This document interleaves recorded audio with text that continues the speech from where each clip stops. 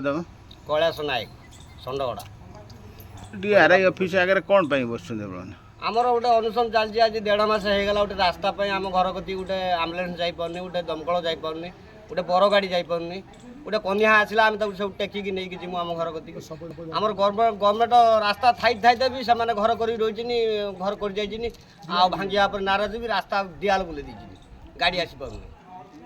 आम यही बाबद फांडी की भी आम कम्प्लेन कर फांडी भी बुझी पारे कहते तहसिल कति जाओ तहसिल बुझुन आर कतर आम 3 थर कि आम रिजल्ट हेलुनि आम कौन पाई आम न्याय मिलूनी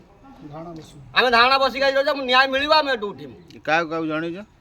आम जनईचु तहसिल जनईचु आमर नेता एटी अगस्त्य बाबू जनईचु आम फांडी जमादार को जनईचु आर बाबू कतर बसचु आम धारणा धरी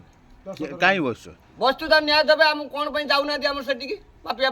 केते पैसा खाई कौन कर आम से अनुभव करूँ आम गरीब लोक आम 1.5 मास होगा आम कहीकि आम कम कर किसी पारे कौन पाई हो पारे एवं कौन चाहूँ आम चाहूँ न्याय